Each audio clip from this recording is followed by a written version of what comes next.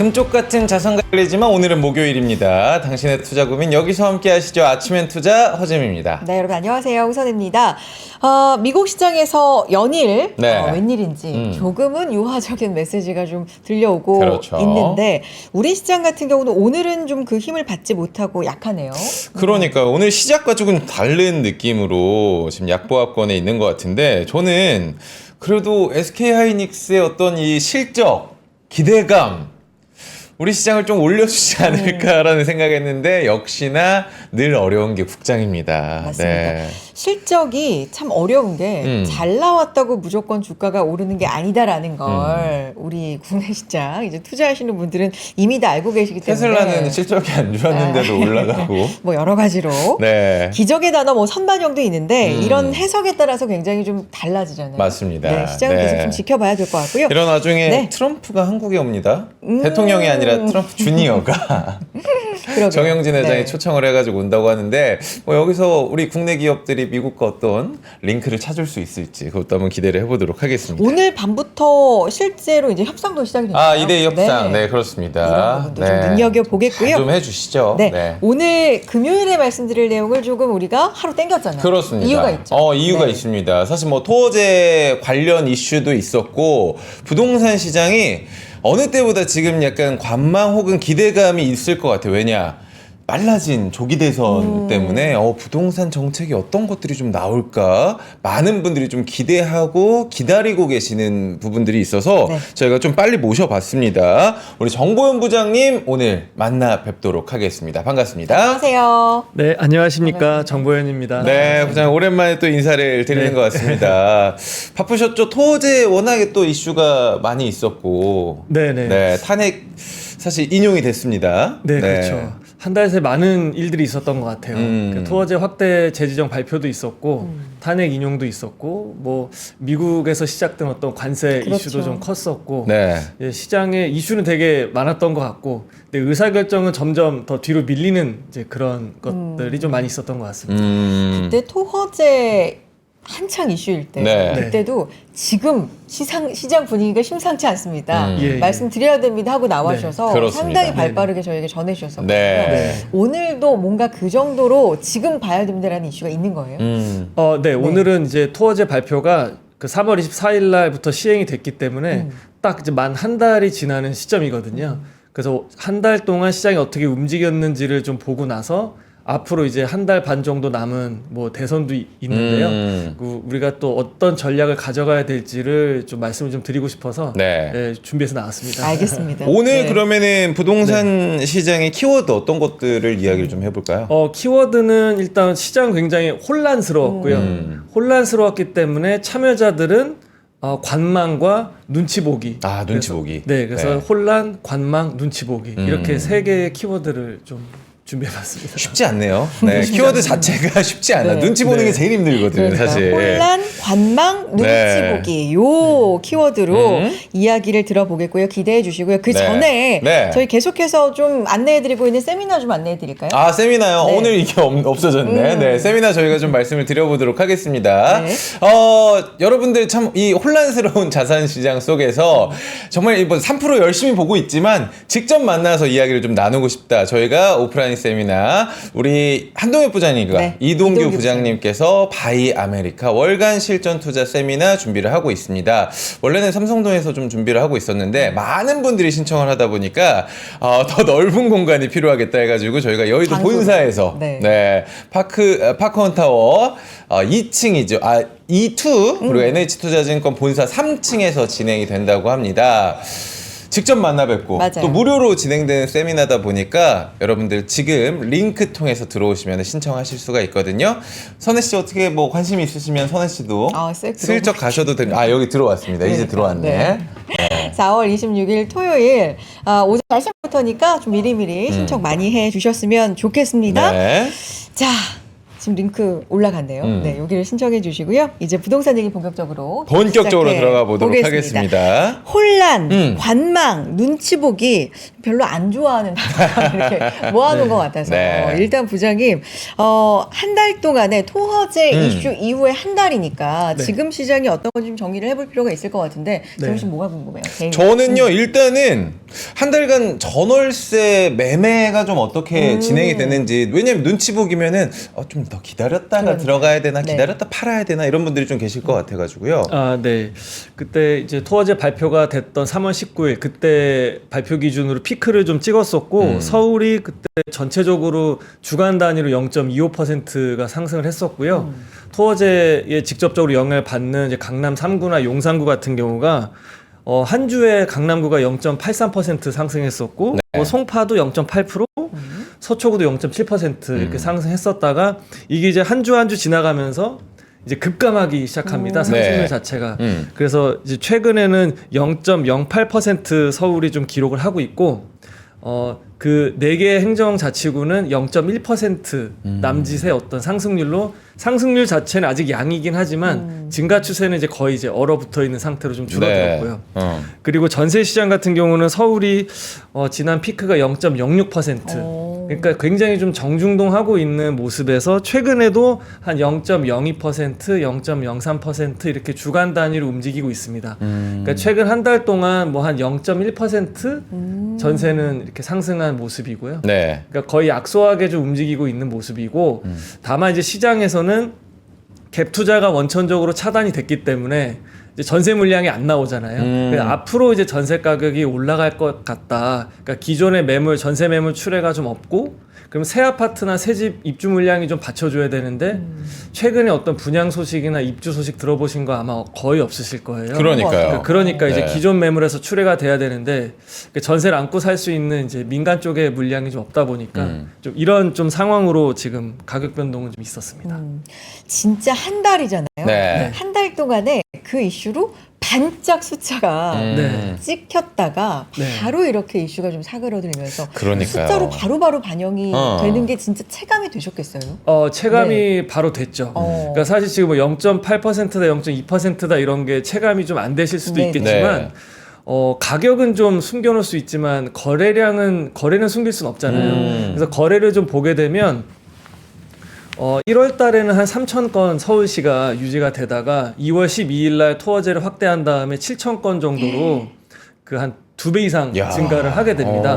근데 2배 이상 증가했을 때에 전체적인 7,200건 중에서 약 30%가 그 4개의 행정구에 집중이 돼요. 그러니까 25개 행정구가 있는데 고작 4개 행정구에서 전체 거래량의 3분의 1 정도를 좀 비중을 차지할 정도로 되니까 네. 규제가 있었고, 규제 있고 난 다음부터, 그러니까 3월 24일이니까 사실 지금 신고가 올라오는 것도 3월 거래량이 올라오는 거거든요. 그 3월 거래량은 뭐 토어제 발표 직전까지 7,000건이 이미 넘었기 때문에 그 신고 다 합치면은 뭐 10,000건에 육박할 거로 생각이 되지만 문제는 이제 그 이후에 지금 현재까지 한 달 동안의 거래량은 거의 지금 뭐 급감한 수준으로, 그러니까 토어제 발표 이전으로 돌아간 수준이고, 규제가 적용됐던 4개 행정구는 지금 전체 서울시 거래량의 2%밖에 되진 않아요. 아, 그래요? 네네. 그러니까 전체 한 30% 정도 차지했던 비중에서 2%로 줄었으니까 거의 전무했고, 정확하게는 뭐 오늘 실거래가까지 확인해봐야겠지만 며칠 전까지 봤을 때 서초구는 거래가 아예 없었고, 아예 없었나요? 네, 아예 없었고, 지난주까지 봤을 때 용산구도 아예 없었어요. 아, 그래요? 네, 지금 뭐 한 2, 30건 정도밖에 안 됩니다. 4개 행정구 자체에서 한 달 동안 있었던 아파트 거래 건수가 신고가 된 게. 그러니까 지금은 글쎄 아예 그냥 죽어 있는 상태, 뭐 얼어 있는 상태. 네. 이렇게, 그러니까 체감이 이렇게 말씀드리면 좀 어느 정도 와닿는지는 잘 그러니까요. 모르겠는데 네네네. 이런 와닿아요. 상태. 네. 진짜 그러니까요. 정책의 영향이 반짝 어마어마했던 거죠. 그러네. 사실. 네. 그렇군요. 네. 네. 근데 이 지정이 됐다가 이제 음. 변경이 됐다가 정책이 바뀌면서 네. 사실 혼란이잖아요, 이게. 그렇죠. 왜냐면은 직접 살고 계시는 분들도 혼란스러운데 집을 사야겠다고 하시는 분들도 이 정책 때문에 뭐야 지금 해야 되는 거야? 어떻게 되는 거야? 지침 변경이 또 있으니까 네. 굉장히 혼란스럽고 혼동스럽거든요. 네. 지금 뭐 그런 지침 변경이라든지 아니면은 뭐 바뀌는 부분들을 좀 설명을 해주시면 좋을 것 같아요. 네, 사실 거래량이 급감했던 이유 중에 지금 말씀하신 어떤 이제 그 가이드나 지침이 좀 혼란스러우니까 네. 이게 자칫 매매 잘못했다가는 좀 큰일 날 수가 있죠. 그렇죠. 그런 요인도 좀 작용했던 것 같아요. 그래서 어떤 게 있었냐면 이제 수요는 이쪽을 누르면 옆으로 좀 그 풍선 효과가 있기 마련이잖아요. 네. 그래서 원래는 주택 시장의 선행 시장이라고 하는 경매 시장은 그 1, 2, 3월 동안 좀 오히려 좀 이렇게 관심이 좀 더 집중됐던 모습이 있었어요.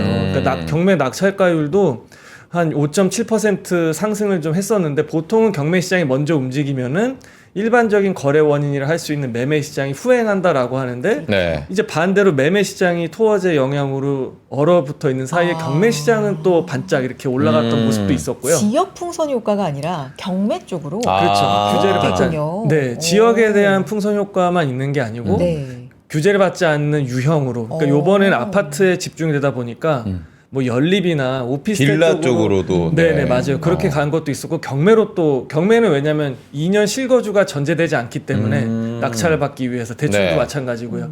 그래서 그런 모습들이 좀 있었으니까 규제가 이제 다시 가이드가 또 나오는 거예요. 네네네. 예를 들어서 분양권이나 입주권 같은 경우는 아직 지어진 실체가 없기 때문에 실거주를 바로 안 해도 되잖아요. 그러니까 이쪽으로 또 가다 보니까 여기에 대해서도 나오고 원칙적으로 토지거래 허가는 저번 방송에서 말씀드렸지만 매수를 하게 되면 매수한 집을 한 채 가지고 거기 살아야 되는 게 원칙이에요. 네. 그러니까 내가 예전에 살던 곳을 처분을 해야 되는데 어디에 살고 있느냐 또 어디에 새로 사느냐에 따라서 종전주택을 처분하는 그 기한이 다 기준이 다 제각각이었던 거예요. 예를 들어서 뭐 강남과 송파는 1년의 시간을 주고요. 네. 서초구는 6개월의 시간을 주고 아, 그렇구나. 용산구는 4개월의 시간을 주는 거예요. 이게 네. 왜 이렇게 되는 거예요? 그러니까 이제 구마다 기준이 너무 다르다. 달랐기 네. 때문이죠. 그러니까 혼선을 이제 좀 최소화하기 위해서 이제 서울시랑 국토부에서는 가이드 마련을 하겠다라고 이제 나왔는데 여기에 나왔던 게 또 입주권도 집으로 보겠다. 그래서 나중에 지어진 다음에 2년을 살아야 된다. 이렇게 나오는 거예요. 그러니까 그 2년 실거주에 대한 기준을 또 재개발 입주권 같은 경우에는 사용 승인 이후부터 할 거냐, 네. 아니면 지금 관리 처분인데 철거가 안 됐으면 지금부터 사는 것까지 좀 카운트를 해줄 거냐, 뭐 이런 기준을 가지고 혼란이 있다 보니까 쉽사리 거래를 할 수가 없겠죠. 없죠. 네. 그러니까 이제 좀 급감했던 이유가 좀 있었고, 그래서 나왔던 최종 버전이 뭐냐면 일단 매수를 하고 난 다음에 네. 4개월 안에 전입을 일단 좀 해야 되고요. 그러면 내가 원래 살고 있던 집을 6개월이라고 하는 지역에 상관없이 6개월 딱 공통적인 시간을 주고 6개월 안에 처분을 해야 된다. 근데 이게 매각 처분뿐만이 아니고 임대 처분도 가능하다. 그게 어떤 말이죠? 그러니까 이제 임대처분? 네. 팔지 않고 세를 놓고 세를 놔도 된다라는 식으로 가이드가 나온 거예요. 네. 그러니까 시장은 더 혼란에 빠지는 상황이 된 거예요. 그러면 이전까지는 팔고서 이거 한 채만 가지고 있어야 되는 게 원칙인데, 그렇죠. 이거를 세를 놓고 와도 되면은 두 채잖아요. 그러면, 예, 두 채가 되는 건데 이게 가능하다고? 뭐 이렇게 돼버리니까. 지금 정해진 게 없어요? 네, 그러니까 지금은 이렇게 발표가 됐어요. 최종 버전인 예, 거죠, 6개월 그게? 안에 아. 뭐 매각이든 임대든 6개월 안에 처분을 하고 네.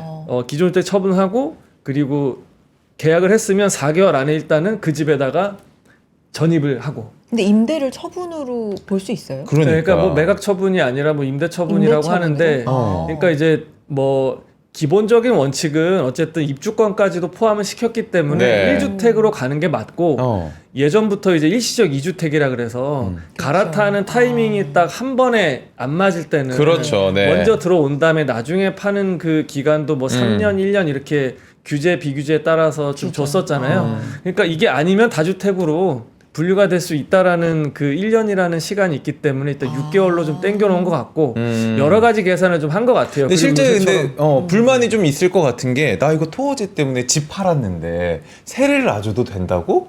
나만 억울하네? 약간 이러신 분들도 있을 것 같아요. 있죠. 그리고 이번 가이드가 새로 발표되기 전에 일단 사셨던 분들 그리고 팔려고 내놨던 분들이 네. 갑자기 그러면 나 안 팔고 그렇지. 새로 바꿀래. 어. 그러면은 그 토지거래 허가구역 내에서 거래를 언제부터 한 사람부터 이런 이제 새로 지침을 소급 적용해 줄 거냐 네. 뭐 라는 이제 논란이 좀 많이 있습니다. 맞아요. 그래서 제가 생각할 때는 요번에 3월 24일 날 시행되고 나서 새로운 가이드가 요번에 나왔던 것처럼 또 한 번의 어떤 정밀하게 좀 후속이나 이런 좀 제도나 이런 게 또 나오지 않을까 싶기도 합니다. 아직도 완성형은 아닌 것 같아요. 네, 그래서 좀 이제 원래 정책이라고 하는 게 시장의 어떤 반응을 바로잡기 위한 후행 조치다 보니까 요번에 발표가 됐지만은 또 한 번 이제 논란이 좀 있는 영역에 대해서는 또 한 번의 후속 조치가 있지 않을까 좀 생각을 하고 있습니다. 아무튼 네. 시장은 이렇게 좀 혼란다. 혼란스러운 예, 상황입니다.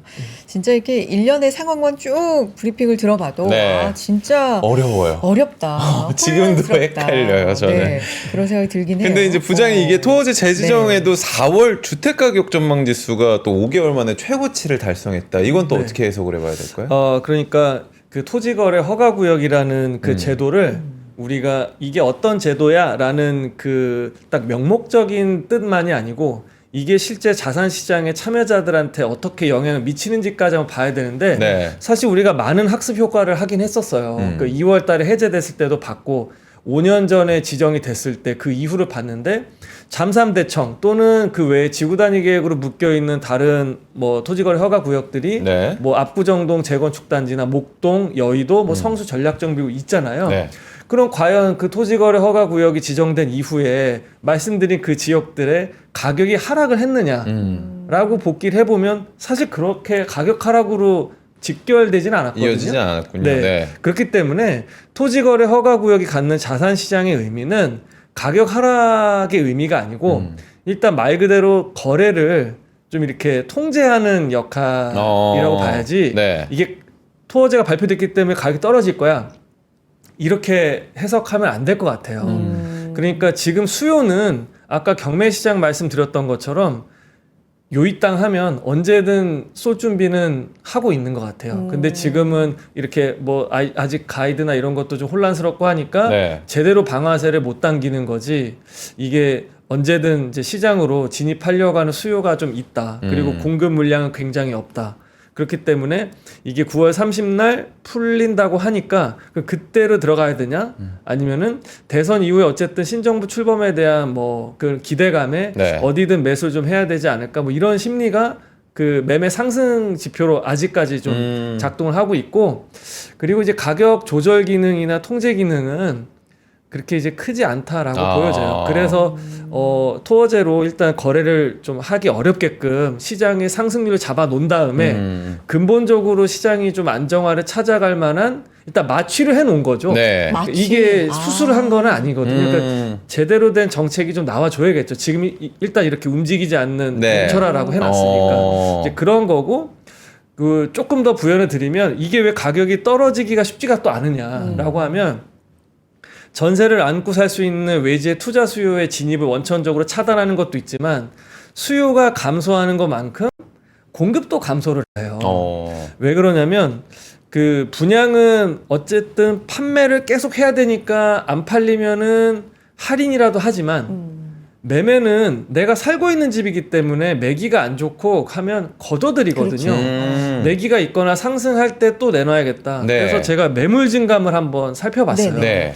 매물 증감 살펴봤더니 3월 24일 날 그 서울 전체에는 한 9만여 건의 매물들이 있었고 지금 한 달 지났을 때 한 8만 6천 건 정도로 전체 매물은 4%밖에 줄진 않았는데 네.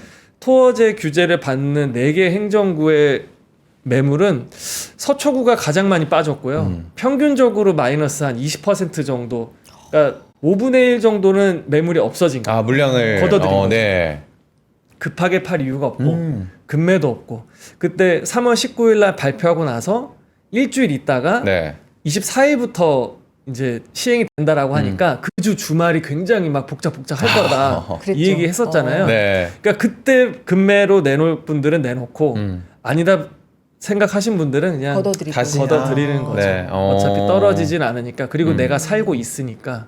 네, 그렇게 해서 지금은 그래서 말씀드린 대로 눈치 보기가 좀 있는 것 같고. 네. 그러니까 이 계약의 체결의 키를 매도 우위로 가져갈 거냐, 매수 우위로 가져갈 거냐에 대해서 이제 구매 결정이 있는 매수 쪽이랑 매물을 들고 있는 이제 매도자 측이랑 이런 눈치 보기가 계속 있는 것 같아요. 근데 아직까지는 시장의 가격은 좀 상승할 거다라고 판단들은 하고 있는 것 같습니다.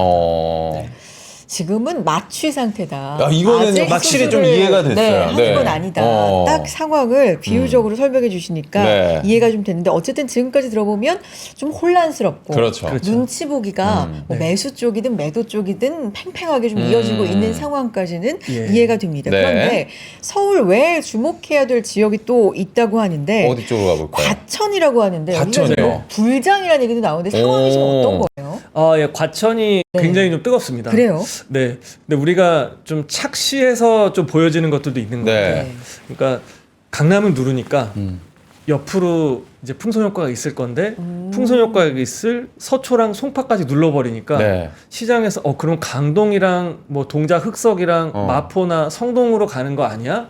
라고 했는데 사실 이 서울의 안에 있는 지역은 큰 움직임이 없었는데 과천이 이제 가던 길을 계속 가고 있는 거예요. 그 흐름대로. 네. 그래서 이게 이쪽을 누르니까 이쪽이 올라갔기 때문에 마치 이제 오비락처럼 까마귀 날자 배 떨어지는 것처럼 강남 누르니까 과천이 오르네. 그래서 강남의 풍선 효과로 잘못 해석할 수 있는데 애초에 수요는 좀 달랐다고 봐요. 아, 그래요? 강남으로 진입할 수요하고 그 과천에 진입할 수요가 달랐습니다. 그러니까는 강남에 진입 못하니까 과천이라도 가자 이게 아니고요. 네. 어차피 이제 수도권 동남 쪽에서 과천이 이제 주거 선호도가 이제 판교와 비슷하게 가장 높았기 때문에 애초부터 과천에 가실 분들이었어요. 그냥 가던 길이었다. 네. 네, 가던 길이었어요. 그러니까 여기가 여기는 이제 차선 막아놨네. 그럼 네. 내가 이렇게 그냥 가는 거죠. 네. 근데 여기가 눌려버리니까 가던 길을 갔을 뿐인데 이게 좀 더 부각이 되는 그렇게 보이는 거구나. 예, 그런 네. 모습인 겁니다. 애초에 수요 자체가 좀 달랐고요. 네. 더군다나 또 지역적인 이슈도 있었던 게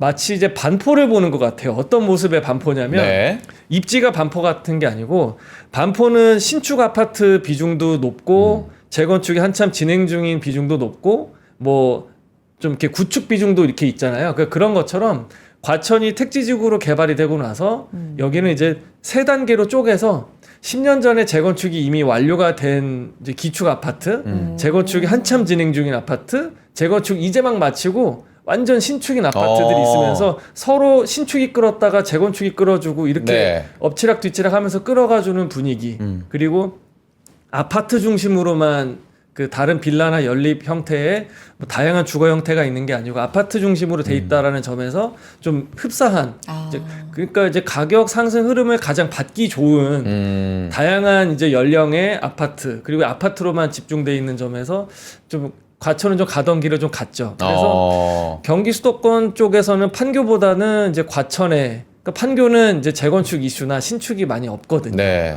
그리고 일기 신도시 특별법 때문에 이슈를 좀 분당해서 좀 많이 가져가는데 과천은 이제 그런 게 없었죠. 그러니까 이제 가로막는 것도 없었고 하니까 좀 가줬던. 그래서 우리가 예전에 그런 상담도 했었잖아요. 서울에 약간 2급지로 갈 거냐? 수도권에 A급지로 갈 거냐? 맞아요. 그래서 네. 수도권도 수도권 나름이다. 판교나 과천은 괜찮을 것 같다. 저는 거의 서울이라고 봐요, 거기는. 네. 네. 그래서 뭐 서울 이상의 어떤 가격 흐름을 좀 보여주고 있고 오히려 강남과 수도권이 겹치지 않기 때문에 더 이런 상승세가 있다라고 저는 판단하고 있는 거예요. 이제 그렇게 되니까 이제 네. 가파르게 상승한다, 규제 네. 들어가는 거 아니야 이런 얘기까지 나오나 봐요. 네. 맞아요, 시장 분위기. 그 국토부 장관께서 그때 말씀했다시피 그 강남뿐만이 아니라 네. 다른 지역에서 상승세가 좀 조짐이 보이면 추가적으로 규제 지역을 확대할 수 있다라는 가능성을 열어두고 있기 때문에 네. 근데 뭐 그만큼 눈에 띌 만한 상승세가 지금 다른 곳이 다 멈춰 있기 때문에 그렇지 좀 부각돼 보이는 효과가 있겠네요. 그렇죠. 그러면. 그 상승률 자체가 그 뭐 토어제나 다른 투기과열지구에 지정할 만큼의 기준치에는 아직 들어와 있지는 않고요. 네. 그렇군요. 선혜 씨가 과천 하나 뽑아주셨으니까 저도 하나 뽑도록 하겠습니다. 어느 지역? 진짜 뜨겁습니다. 요즘에. 여기는. 네. 세종으로 가보도록 이슈가 하겠습니다. 있죠, 이야, 이슈가. 세종. 네. 드디어 이제 행정수도를 완성을 하나. 왜냐면 여야 할 거 없이 진보와 보수 할 거 없이 세종은 늘 대선 때마다 나오는 키워드긴 해요. 네, 맞습니다. 그래서 지금 네네. 벌써 부동산이 움직이고 있다. 네. 어떻게 좀 보고 계세요? 진짜 선거철마다 세종시가 항상 따라오는 것 같아요. 일종의 뭐 테마주 느낌도 있기도 한데요. 그렇죠. 그러니까 전국적인 규모에서 그 전국의 집값이 그러니까 서울을 수도권을 제외한 나머지 지역에 바로미터가 이제 세종시가 좀 될 수도 있고 예전에 이제 갭 투자에 한참 그 관심이 많았던 곳이기도 했는데요. 네. 이게 이제 작년 재작년 그 꼭 대선이 아니어도 그 뭐 국회의원 선거할 때도 국회 이전한다, 뭐 그렇죠. 대통령실 이전한다, 네. 뭐 이런 이슈로 갔었고 여기서 하나 더 나가서 분원이 가는 거냐, 그러니까 지점이 생기는 거냐, 국회 분원 얘기를 했었죠. 네, 아니면 본사가 이전하는 거냐. 네. 오늘 비유를 상당히 잘 어. 잘해주시네. 네, 오늘 좀 괜찮은 것 같아요. 근데 오랜만에 이번에도 계속 이제 판이 커지는 것 같아요. 네. 그러니까 예전에는 그냥 사실 집무실이 여러 개 있을 수 있는 거잖아요. 근데 아예 갈 거고 예전에 이제 국민의힘 쪽에서도 아예 이제 국회 공무원 전체 다 가고 아예 그 서여의도 자체를 이제 개발을 해버리겠다. 네. 이렇게 했던 것처럼 요번에도 이제 큰 사이즈로 나왔어요. 큰 사이즈 나왔고 지금 비어 있는 땅도 있고 그 부지가 상당히 또 입지가 좋아요. 그럼 단순히 이제 개발이 되는 게 아니라 그것과 관련된 어떤 그 유관된 산업과 뭐 다 이렇게 인프라가 다 이제 좀 집적이 될 거잖아요. 아무래도 그렇죠. 예, 그래서 요번에는 그냥 선거 이슈로만 끝나지 않고 그 제가 뭐 세종시의 뭐 집값이 좀 올라갔으면 좋겠다 이런 의미는 아니고 네네. 네. 매번 선거철마다 이런 이슈가 안 나오게끔 그냥 안정적으로 뭔가 좀 진짜 좀 첫삽을 좀 떴으면 하는 개인적인 생각이 있긴 한데 네. 세종시는 그래서 매물을 좀 걷어들인 분위기가 있고요. 그러니까 올라갈 것 같으니까 네. 걷어들이는 거예요. 그래서 매물이 감소하고 있고 매수세는 붙을 거니까 수급 쪽에서 공급은 줄고 수요가 느니까 가격은 앞으로 상당 기간 좀 그 올해는 좀 올라갈 가능성이 높다라고 생각이 되고요. 그리고 전세 가격이 상대적으로 좀 낮습니다. 매매 가격이 좀 높은 지역이고 이거는 이제 왜 그러냐면 지역적인 특성상 그 새 아파트가 계속 생활권이 형성이 되면서 네. 새 아파트 분양을 계속 하고 있거든요. 아. 그러니까 새 아파트 위주로 입주 물량이 늘어나니까 전세 가격은 좀 안정이 되고 미래 가치 상승에 대한 기대감 때문에 가격은 좀 올라가는 이런 분위기. 그 대선이 있으면 사실은 이제 그 빠르면 작년 이제 연말에 그 계엄 사태 때부터 네. 예측하셨던 분들도 계셨어요.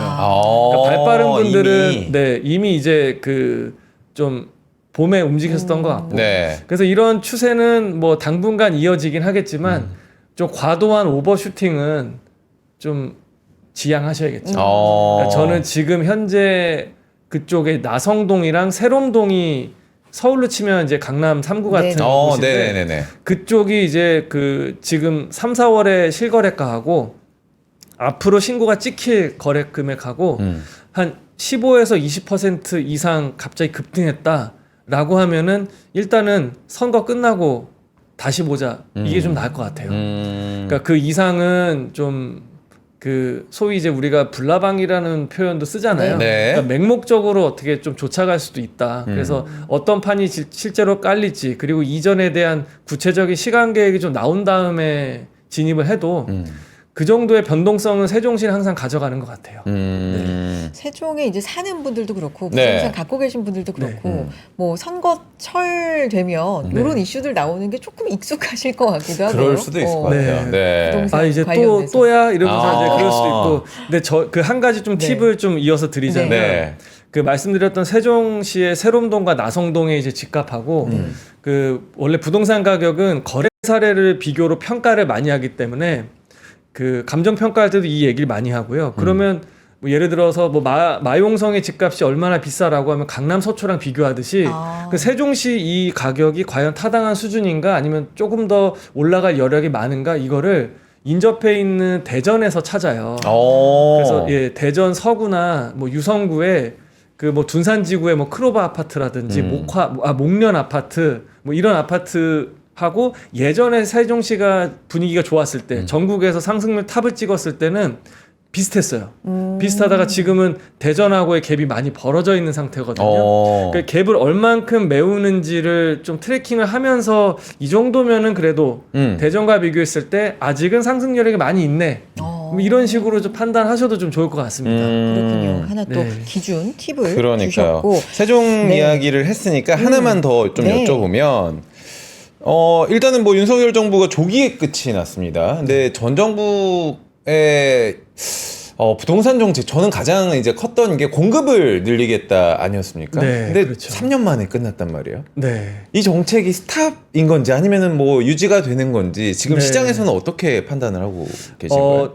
그러니까 그 정권이 이제 뭐 여당 야당 할 거 없이 뭐 국토교통부의 그 이제 같은 이제 정책을 위반하는 쪽의 행정 쪽의 입장은 계속 주택 공급을 흔들리지 않고 하겠다라고 하는 기조는 변함은 없는 것 같아요. 변함은 없는데 사실 주택 공급이 계획에서 실행으로 옮겨져서 눈앞에 실체가 보여야 되는데 상당한 시간이 소요가 되지 않습니까? 네. 그러면서 이거를 이제 정책을 이끌어가는 주 수뇌부가 좀 바뀌니까 시장에서는 자꾸 환영받지 못하고 그 신뢰하지 못하는 것 같아요. 근데 정부는 어쨌든 그 다음에 어떤 정부가 오더라도 그 주택 공급에 대해서는 좀 적극적인 의지가 있을 가능성은 저는 높다고 봐요. 근데 다만 이게 뭐 공사비 증액이나 지금 지방의 건설 경기 굉장히 안 좋잖아요. 네. 이게 공급만 한다고 계획만 갖고 되는 게 아니고 사줄 사람이 있어야 되고 수요가 있는 곳에 공급이 오는데 계속 그 공공 쪽에서 LH가 이걸 다 할 수는 없잖아요. 네. 그러니까 민간에서 움직여줘야 되는데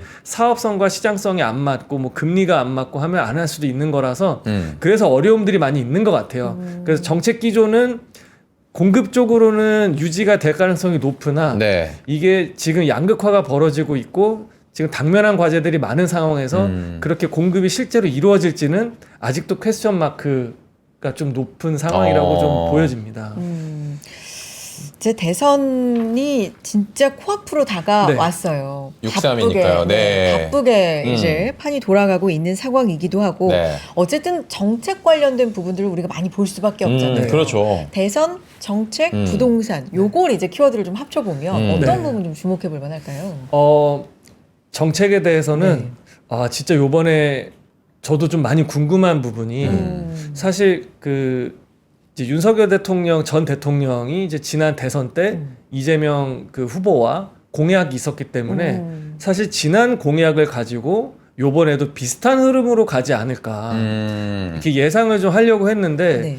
그 뭐 뉴스나 기사 많이 접하다 보면 네. 세금 가지고 부동산을 컨트롤하지 않겠다.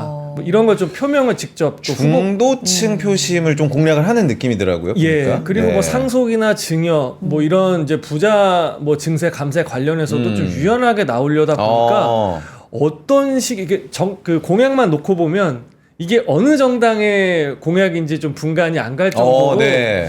그래서 요번에 좀 많이 좀 예의주시를 좀 해봐야 될 것 같고요. 여기서 그러면 우리 참여하는 우리 시청자분들한테 제가 드리고 싶은 말씀은 네.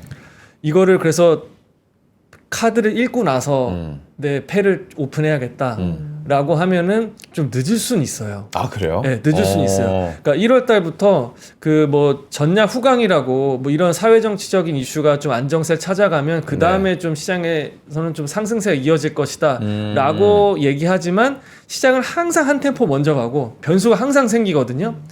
근데 우리가 주목해야 될 점은 다주택자에 대한 규제나 뭐 투자 관련된 이슈는 어떻게 흘러갈지 모르겠으나 네. 그러니까 이분들은 기다려야 되는 건 맞아요. 그런데 무주택자나 역대 뭐 정부가 무주택이나 내 집 마련 실수요까지 강하게 규제했던 적은 많지는 않아요. 이분들은 굳이 정권을 바뀔 거를 기다렸다가 내가 움직일 필요가 왜냐면 규제를 많이 받을 분들은 아니기 때문에 그러면 오히려 혼란, 눈치 보기 같은 지금 상황이 이분들한테는 좀 기회로 좀 보일 수 있을 수 있고 왜냐면 멈춰 있으니까 좀 생각이 좀 발빠르게 내가 보지도 않고 계약금 뭐 가계약 써야 되고 이런 상황까지는 아니니까요.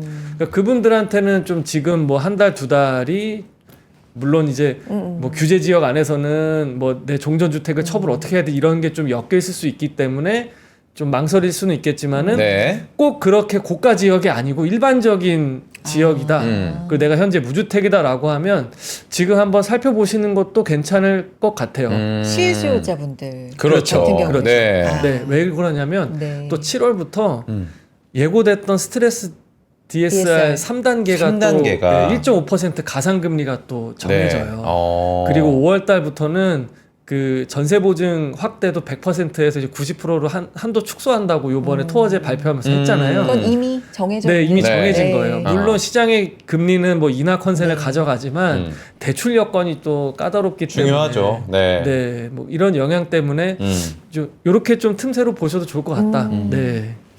알겠습니다. 이렇게 좀 뭐 부동산 투자에 대한 뭐 얘기는 의견은 굉장히 다 다르지만 네. 어쨌든 투자 목적으로 보시는 분도 분명히 있고 그렇죠. 실수요자분들도 분명히 있기 때문에 이렇게 좀 나눠서 생각해 보는 게 좋을 것 같아요. 네. 지금 상황에서는 이런 팁도 좀 주셨고요. 음. 자, 잠깐 광고 보고 올까요? 저희 사연 있거든요. 네. 2부에서는 잠깐만 광고 듣고 오겠습니다, 여러분.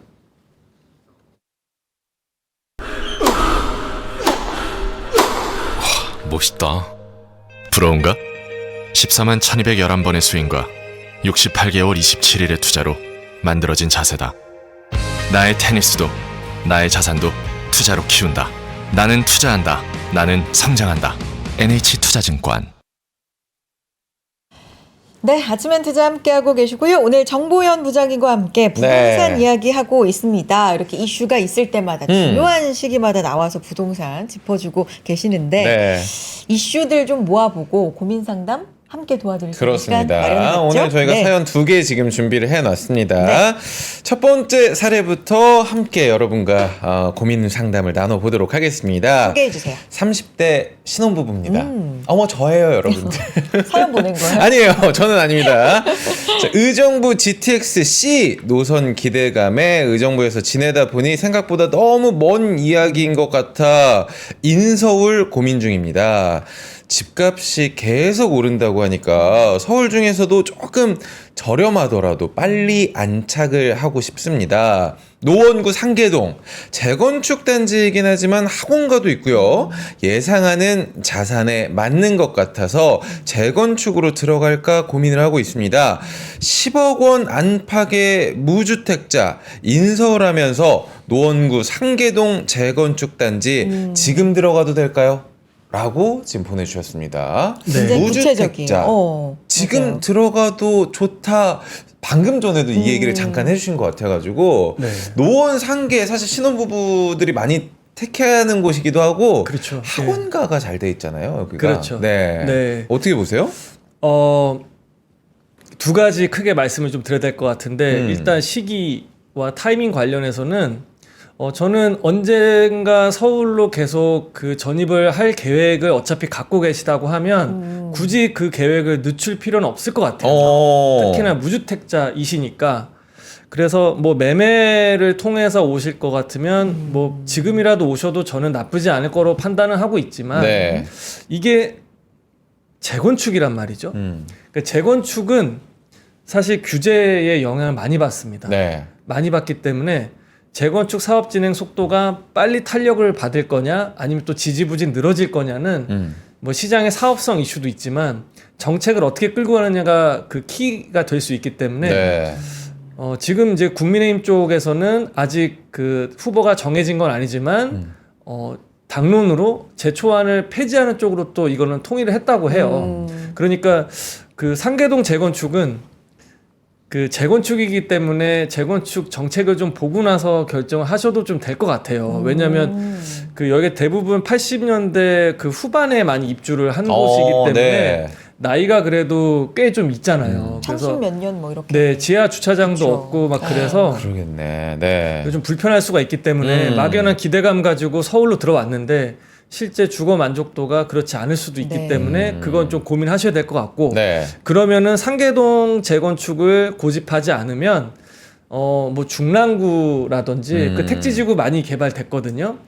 다른 이제 서울의 지역에 좀 관심을 가지셔도 대안이 될 수 있을 것 같아요.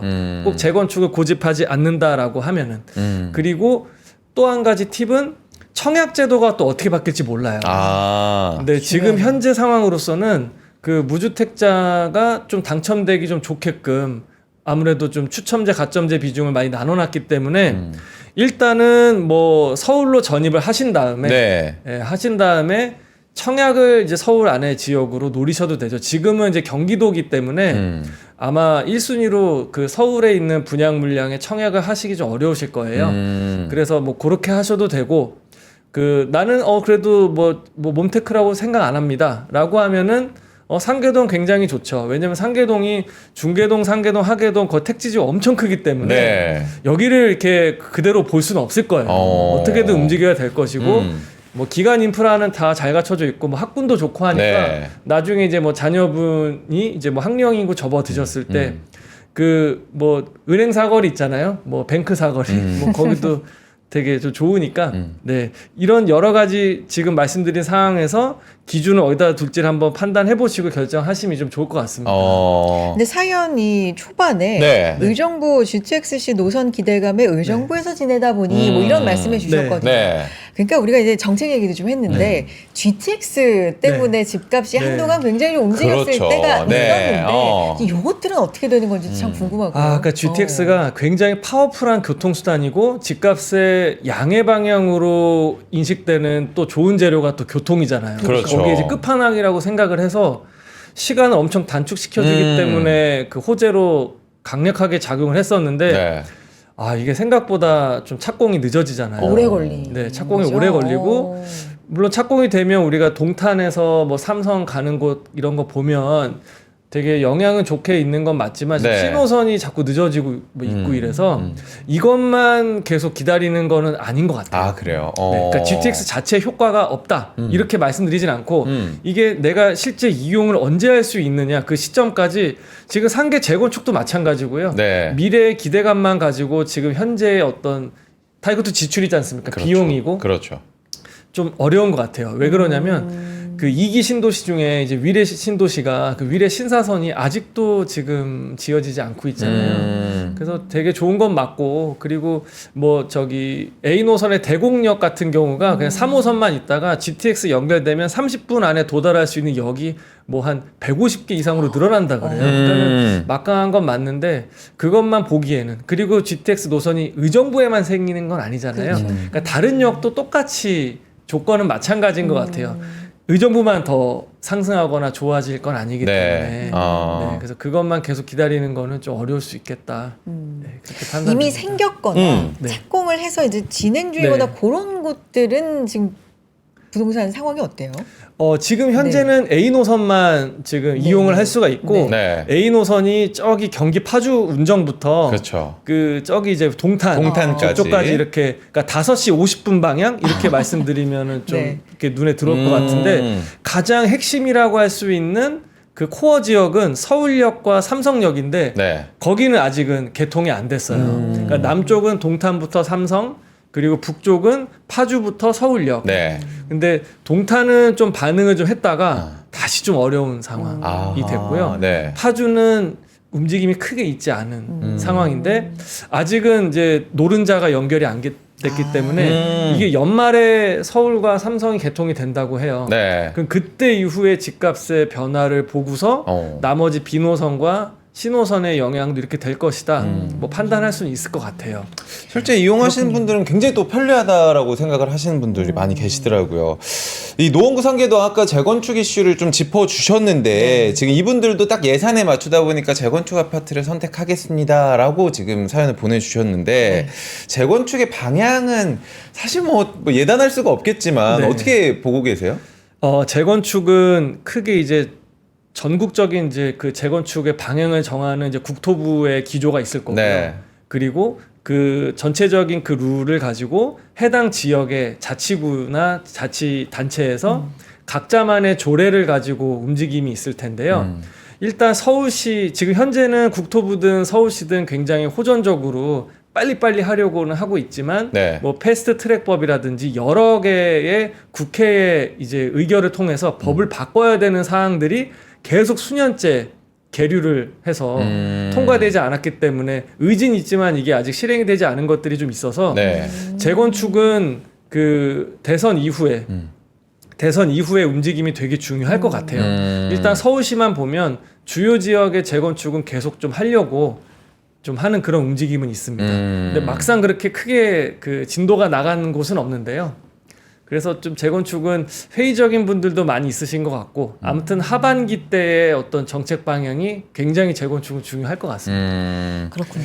전 되게 여기가 이제 좀 익숙한 게 군 생활할 때 잠깐 여기 노원구에 있었어요. 근데 그래요? 노원구는 의정부하고 노원구가 겹쳐 있는데 대단지가 있으면은 같은 아파트 단지인데도 가격이 달라요. 예. 아니 앞동과 뒷동이 이 행정구역이 다르다니까요. 네. 굉장히 행정구역도 굉장히 다르고. 재밌었어요. 그게 실제 그런 곳이 있죠. 아, 예, 그렇죠. 네. 예. 네. 맞아.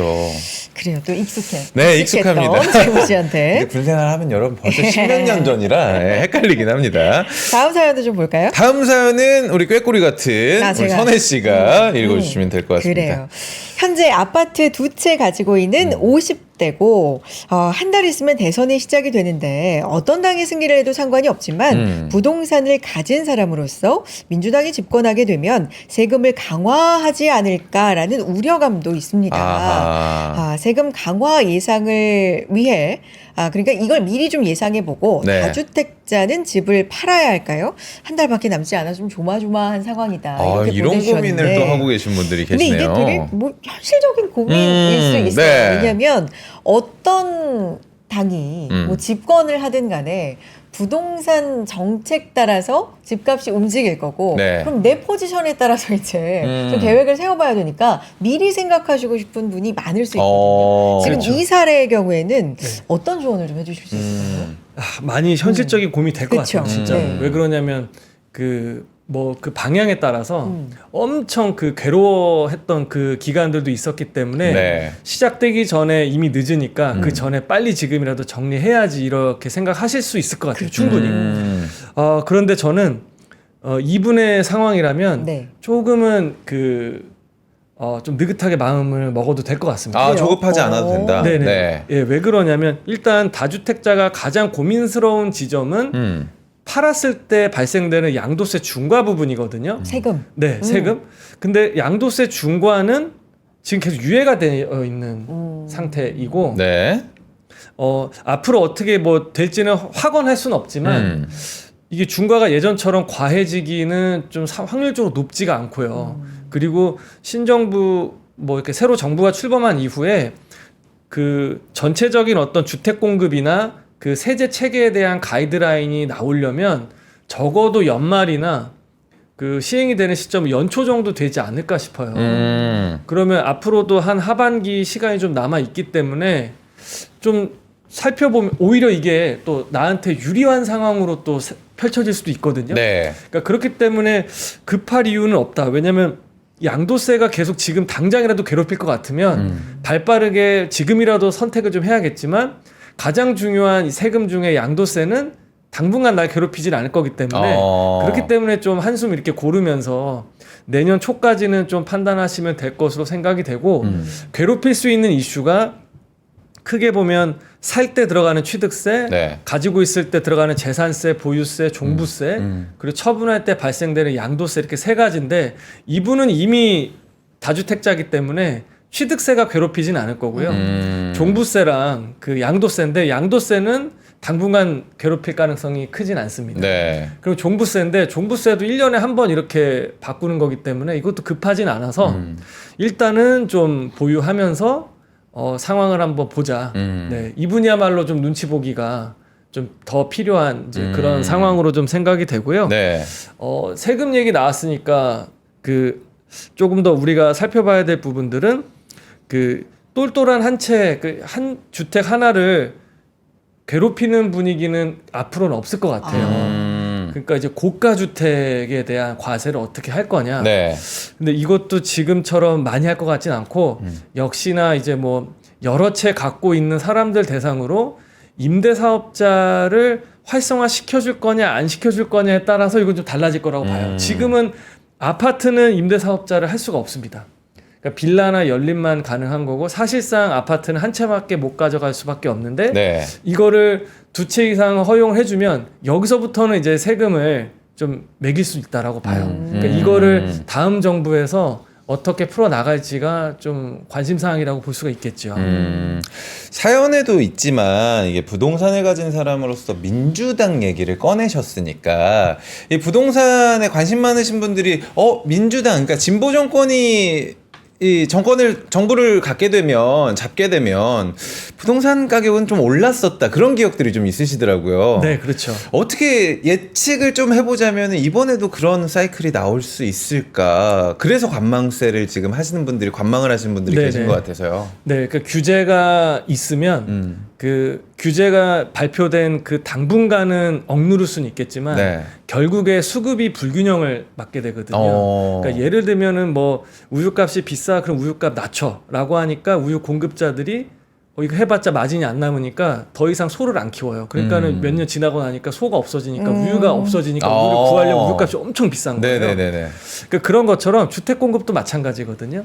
그러니까 규제를 하면 시간 지나고 나서 좀 불균형이 불러일으키는 이제 가격 상승으로 올라올 가능성이 높아요. 왜냐하면 사람들은 항상 집이 필요하기 때문에. 네. 그래서 규제를 안 하면은 오히려 공급이 많아지니까 가격이 좀 내려가는 이제 그런 반복되는 모습들이 있었기 때문에 앞으로의 시장도 그럴 가능성이 좀 높다라고 생각이 돼서 아마 뭐 제가 공약 관련해서 말씀드리는 거기 때문에 좀 그 정당 얘기를 좀 편히 말씀드리면 민주당이 그래서 결국에는 이제 세금이 지난 뭐 문재인 대통령 때처럼 과하게 올 것 같다라는 생각이 들지는 않습니다. 네네네. 네, 다만 이제 그 과세에 대한 그 퍼센테이지나 그 기준보다도 1주택자 중심으로 갈 거냐 아니면 다주택자를 좀 양산을 할 거냐 이게 키인 것 같아요. 네. 사실 우리가 윤석열 정권이 뭐 보수 정권이라고는 하지만은 사실 대출도 그렇고요. DSR도 그렇고 문재인 대통령 시절에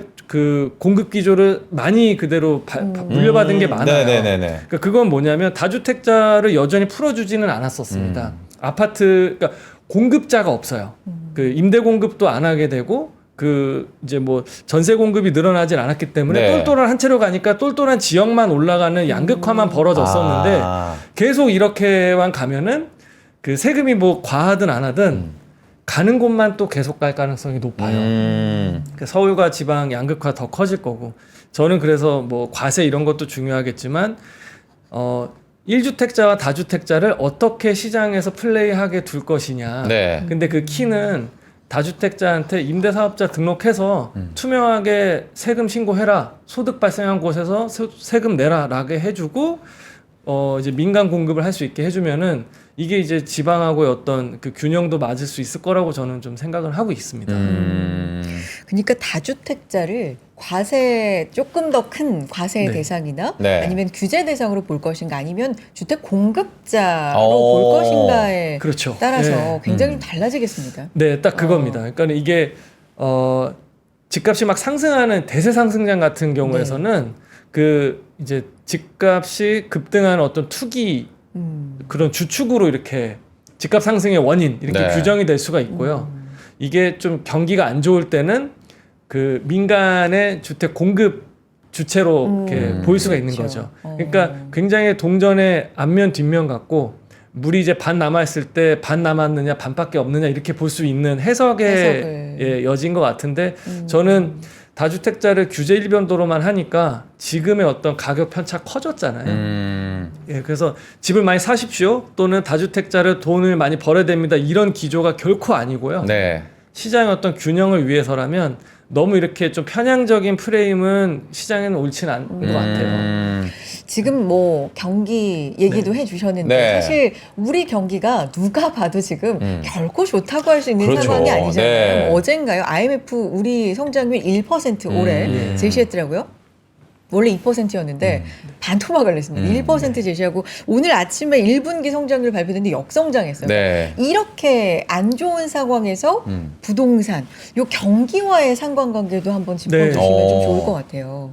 부동산은 네. 원래 경기에 이제 대표적으로 후행을 한다라고 얘기를 많이 합니다. 후행을 하기 때문에 경기가 안 좋으면 그 경제활동 참여 인구의 소득이 늘어나질 않을 거잖아요. 네. 그럼 구매력이 커질 수가 없고 구매력이 좋아지질 않는데 집값이 상승할 가능성이 점점 낮아지는 게 네. 맞죠. 그러니까 경기가 안 좋은데 부동산만 계속 올라갈 수는 없다라고 봐요. 어느 순간 그 구매력과 경기에 맞춰서 가격이 뭐 다운이 돼서 그 수렴하거나 이런 분위기로 갈 수밖에 없을 것 같은데 네. 이거를 이제 사람들이 그 대출이라든지 다른 유동성 공급이랑 뭐 정책 모기지를 통해서 이거를 또 이제 전세를 통해서 떠받들고 있는 모습이 있는데 빚을 내고. 네, 그렇죠. 네. 그래서 그 전체적인 부동산 경기는 그래서 좋지 않다라고 지금 계속 얘기를 하잖아요. 네. 근데 서울 그리고 서울 안에서도 일부 지역만 계속 이렇게 올라가는 쏠림 현상을 이거를 좀 예, 풀어야 될 것 같은데 전체적인 경기는 안 좋지만 일부 지역에 뭐 한강 조망이 나오는 뭐 고급 주택 이런 데는 올라가겠죠. 그렇죠. 예, 경기 변동에 상관없이 뭐 슈퍼리치들이 자기들만의 리그처럼 하는 곳은 올라갈 수 있겠지만 경기가 안 좋으면 전체적인 시장은 계속 안 좋을 수밖에 없고 네. 지방 이제 조금 이제 어두운 터널을 지나가서 다시 한번 0을 기점으로 다시 한번 올라서느냐 마느냐 이런 기점에서 경기가 안 좋으면 여전히 정책으로 살릴 수는 없을 거예요. 네. 좀 그런 건 좀 불안 요인으로 계속 꾸준히 작용하는 것 같습니다. 지금 뭐 우리가 토어즈 얘기도 하고 네. 뭐 대선 정책 관련된 앞으로 뭘 봐야 되는지 이런 얘기도 했지만 사실 서울과 그 이외 지역 특히나 굉장히 부동산에서 소외된 지역들 너무 지방이 많잖아요. 굉장히 힘듭니다. 네. 네. 요거는 지금 계속되고 있는 현상인 거죠. 네, 계속되는 네. 거죠. 그러니까 어. 지금 아까 이제 1주택과 다주택 네. 얘기 제가 왜 드렸냐면 네. 예를 들어서 부산과 대구에 충분히 자산이 집을 살 수 있는 그 능력이 되시는 분들이 네. 여기에는 전월세로 주거를 해결하시면서 자산 하나는 이건 1주택 카드를 써야 되니까 서울에 사는 거예요. 아. 소득이 많으신 분들일수록. 네. 그러니까 내 주거를 당연히 내 집 그게 이제 진정한 의미의 실수요 아닙니까? 내가 살고 있는 필수 재화를 사고 나서 다른 곳에 투자를 할 수 있으면은 타지에 전세 공급자가 되는 거죠. 그러니까 구별을 확실히 하는 거네요. 네네. 그러니까 이제 소유와 주거를 이원화해서 관리를 하게끔 만드는 게 어찌 보면 이상적일 수 있지만 1주택자가 만들어낸 또 하나의 병폐일 수도 있는 것 같고요. 그래서 지금은 뭐 부산이나 뭐 대구 이쪽이 많이 좀 좋아지긴 했지만 네. 여전히 이제 중공업 미분양이 쌓여 있는 상태에서 그 쉽지 않은 과제에 좀 당면해 있습니다. 그게 지금 LH에서 그 뭐 3천 가구를 네, 맞습니다. 산다고 했잖아요. 그게 네. 지금 뭐 효과가 있나요? 크게 효과는 없습니다. 그래요. 그러니까 그 해당 지역의 미분양을 해소하는 데만 좀 해결이 되는 것 같고 전국적인 미분양이 아직도 수만 호가 적체되어 있고 아직도 PF가 어렵고 그 자금이 나갔던 이제 뭐 상호금융이라든지 뭐 그 제2금융권의 뭐 재정 상황이 좋지 않은 상태에서 공공이 나서 가지고 해결해 주는 게 근본적인 해결책도 아닐 뿐더러 그 좀 미미하다고 이렇게 좀 여겨지는 그럴 것 부분이 같아요. 이 있습니다. 3천호가 마중물이 될 거라고 기대를 했는데, 나도 사줘 이럴 것 같아서 이게 사실 한계가 좀 있다라고 생각이 됩니다. 오늘 참 마침 맞은 주제로 지금 이 시점에서 봐야 될 부동산 이슈들 잘 정리해 주신 것 같고요. 네. 부장님 다음에도 나오셔서 또 정리 부탁드립니다. 네, 알겠습니다. 네, 또 오늘 불러주십시오. 고맙습니다. 감사합니다. 네, 감사합니다. 자, 아침엔 투자 함께 하셨는데요. 네. 시장, 주식 시장 얘기 좀 돌아가 보면 우리 시장 확실히 오늘 여타 시장에 비해 좀 약해요. 힘이 없습니다. 네. 우리 시장에서 이 실적이 잘 나온다는 건 도대체 어떤 의미인가 다시 한번 좀 생각해. 이거는 보게 내일 되기도 저희가 좀 하는데. 분석을 해봐야 될 것 같아요. SK 하이닉스 왜 이렇게 힘없이 지금 빠지고 있는지. 하이닉스도 그렇고 네. 1.7% 지금 하락하고 있는 상황이고요. 시총 상위 종목 대부분이 지금 파란불을 켜고 있고요. 네. 현재 지수는 코스피가 0.6%, 코스닥이 그래도 비교적 선방하면서 0.2% 하락하고 있는 상황입니다. 네. 오늘 끝까지 또 시장 잘 지켜봐야 될 것 같고요. 내일 저희 다시 인사드려야죠. 여러분, 저희는 내일 인사드리겠습니다. 감사합니다. 고맙습니다.